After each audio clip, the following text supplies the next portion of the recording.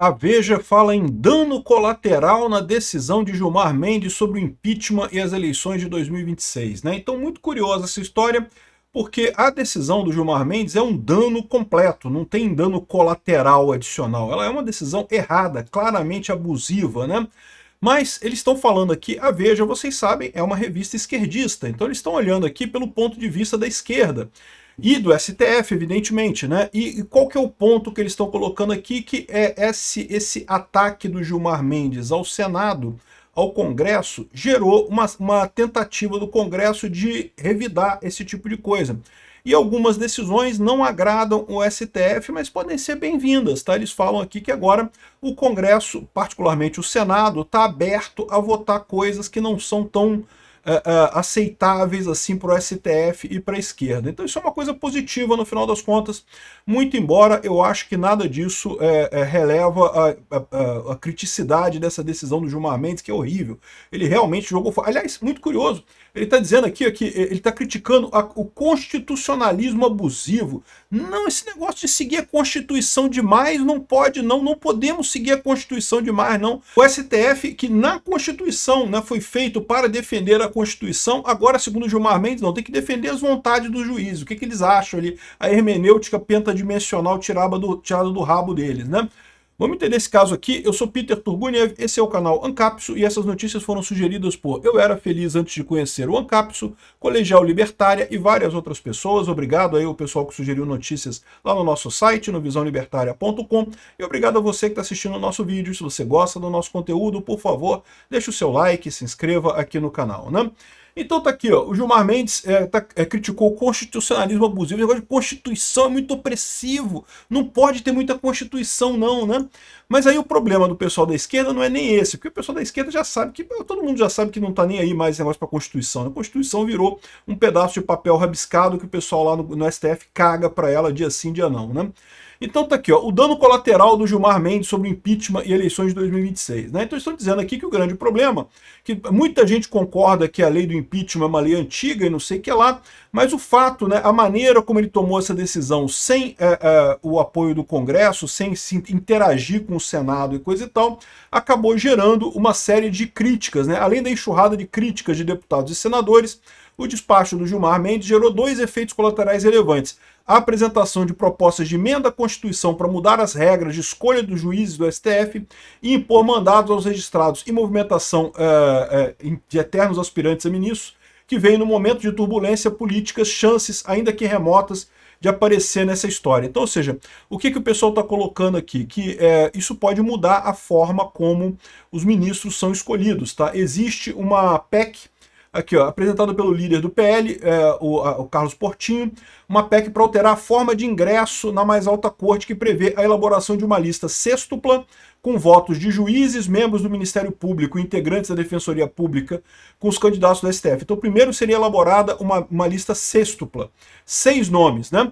Depois, essa lista seria reduzida a 3 escolhidos pelo presidente da República. Então, hoje, o presidente da República que escolhe, o Lula que escolhe. Isso aqui mudaria a história, seria feita uma lista sêxtupla por membros do judiciário e coisa e tal, e dessa lista sêxtupla o Lula poderia escolher 3, e aí na sequência a lista passaria por uma sabatina, os 3 passariam pela sabatina e seriam eleitos no Senado. Então a decisão sobre o novo membro do STF passaria a ser do Senado. O governo Lula escolheria 3 nomes. Primeiro, teria uma eleição, né, de 6, a escolha de 6, dos 6, 3 iriam para a sabatina, que depois seria eleito pelo Senado quem seria o ganhador, né? Essa proposta ainda tem outros condicionantes. Os novos ministros teriam um mandato de 10 anos, sem recondução. Ou seja, haveria um limite de 10 anos para o mandato dos juízes. Isso não ajuda em nada o nosso momento aqui, porque, por exemplo, o Messias, se realmente entrar, mesmo com essa nova regra, ainda ficaria 10 anos. É verdade que isso é menos do que ele poderia ficar 30 anos no STF, o Messias, com a regra atual. Ele ficaria só 10 anos. Mas veja, 10 anos a gente ainda está falando de entrar agora e só sair em 2030 e tantos, né? Então já seria muito ruim para o Bolsonaro, para a direita como um todo, né? Além disso, os novos ministros deveriam obrigatoriamente ser juízes de carreira. Então, teriam que ser juízes, eu imagino, ou juiz ou desembargador de carreira, né? E na formação atual do Supremo, apenas o Fux é juiz de carreira. Isso daqui eu acho que é uma coisa positiva, tá? Porque isso eliminaria o pessoal que é advogado de partido, que é amigo, ministro da Justiça, secretário de Segurança. E isso eu acho que é uma coisa positiva. Por quê? Porque, de fato, elimina a politização na escolha de juízes, né? Então isso seria uma coisa positiva. Eu gostei desse processo aqui, tá? Achei bacana. Tudo bem que é verdade que isso torna a coisa toda mais política no sentido que é o Senado quem vai escolher o nome no final das contas. Mas a verdade é que hoje, com o Lula escolhendo, já está sendo estupidamente político. O Lula só escolheu aliados absurdamente fiéis a ele para o STF. Então, não sei não, me parece uma boa decisão isso daqui, né? Uma crítica que o Fernando Schuller está fazendo aqui no Estadão sobre isso é justamente que o que aconteceu, isso está acontecendo, o Judiciário está roubando o espaço do Senado, o STF está roubando o espaço do Senado porque o Senado deixou. E isso eu concordo, é o grande mal que fez o Pacheco, né, nessa história toda, né? O cara foi um bunda, sentou em cima dos pedidos de impeachment, poderia ter agilizado esse troço, não fez isso, abriu mão de poder, o STF tomou o poder do Senado. A verdade é essa. Infelizmente, o Senado foi tão passivo com os abusos do STF que realmente a coisa ficou numa situação insustentável e o STF está impondo essa decisão ao Senado, né? E curiosamente criticando o constitucionalismo abusivo. É muito constitucionalismo aqui, é um anúncio de uma outra, é uma coluna de um outro colunista aqui, o Helder Caldeira, do Consultor Jurídico, mas usa o mesmo termo, o constitucionalismo abusivo. Não que não... Constituição bem, mas não pode ser tanto assim não, né?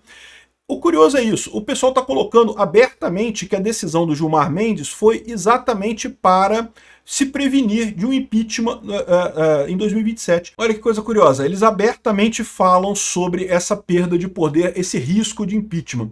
Aqui, ó, uma coisa curiosa que eles falam aqui, ó, dentro do Supremo, artimanhas como a de apresentar pedidos de impeachment em massa contra alvos no STF foram por vários anos vistas com desdém, como se evidenciassem um mero discurso de palanque, um assédio inócuo de políticos com interesses contrariados, né?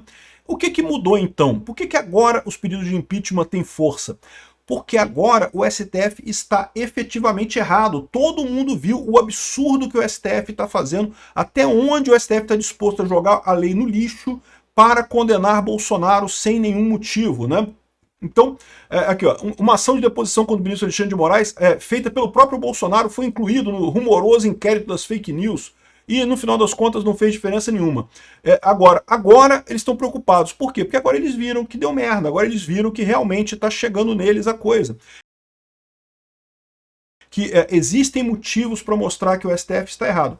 O STF já está errando há muito tempo. Aliás, isso é uma coisa curiosa. O pessoal coloca aqui que não porque o STF está fazendo um ataque, fazendo um ataque preventivo, porque foi muito atacado com pedidos de impeachment antes. Eles esquecem que esses pedidos de impeachment contra o STF só começaram a surgir exatamente no momento que o STF começou a sair da caixinha, a tomar decisões absurdamente políticas, não decisões que cabem coisas constitucionais, como, por exemplo, contrariando o interesse do Bolsonaro e dos eleitores do Bolsonaro de ter um acesso mais livre a armas. A esquerda brasileira acha que o povo ter armas é errado, só a esquerda. Os eleitores brasileiros não, o Bolsonaro não. O Bolsonaro colocou os decretos para facilitar acesso às armas, o STF imediatamente, não, que não pode, que é proibido, sem nenhum respaldo na Constituição. A Constituição não fala nada sobre o direito ou não ter direito de ter armas ali, né? Mas aí fizeram aquele negócio da avaliação principiológica, né? Não, porque tem o princípio do direito à segurança pública, então a gente tem que colocar que não pode ter arma. O que é um absurdo, sem nenhuma lógica, é o Supremo agindo politicamente. Quem começou essa brincadeira foi o Supremo agindo politicamente. Por quê? Porque a esquerda no Brasil se viu derrotada na eleição de 2018 e achou um absurdo e usou o STF para se segurar no poder, para evitar que a direita conseguisse fazer reformas que eram o anseio do povo brasileiro, né? Aí O STF foi criticado por isso e, lógico, encarou essas críticas como um ataque. Não temos que proibir agora. E o que eles não estão percebendo é justamente que é inevitável. Porque à medida que eles fazem mais ataques contra a direita cresce.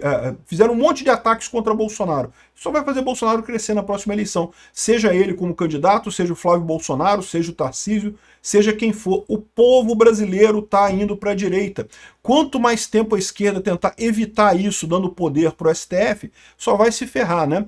E algumas pessoas na esquerda já começam a se criticar aqui, já começam a se questionar esse negócio. O Moraes e o Mendes podem nos pegar, companheiro, diz aqui o articulista do Diário do Centro do Mundo, falando que não. Ele fala que não, porque a gente não faz nada de errado, a gente está certo, eles estão perseguindo o Bolsonaro porque o Bolsonaro deu um golpe. Não, que eles nunca vão correr atrás da gente. Por que eles estão falando isso? Porque já tem setores da esquerda olhando com esse negócio com preocupação, né? Pô, esse pessoal está ficando poderoso demais. E a verdade é que esse sentimento surgiu exatamente quando o Alexandre de Moraes brigou com o Bessias, né? O Alexandre de Moraes não quer o Bessias, quer o Pacheco. E isso desencadeou esse problema. A esquerda começou a olhar para a coisa e falar, realmente, agora o STF foi longe demais. Aí os jornalistas começaram a criticar também. A verdade é a seguinte, o que eles estão tentando fazer, o que eles estão tentando consertar é a vontade do povo. E eles não vão conseguir. Quanto mais eles brigarem com o povo brasileiro, mais eles vão perder. Não tem alternativa, eles estão tentando se agarrar no poder institucional para tentar forçar o povo a gostar da esquerda, a gostar do PSDB, a gostar do PSD. E não vão conseguir fazer isso. Eles só estão piorando a situação para eles mais adiante. Gilmar Mendes, Alexandre de Moraes, essa turma toda. Obrigado por assistir nosso vídeo até o final. Tem alguns links para você nos ajudar aí na tela e também na descrição desse vídeo. Contribua com o nosso projeto.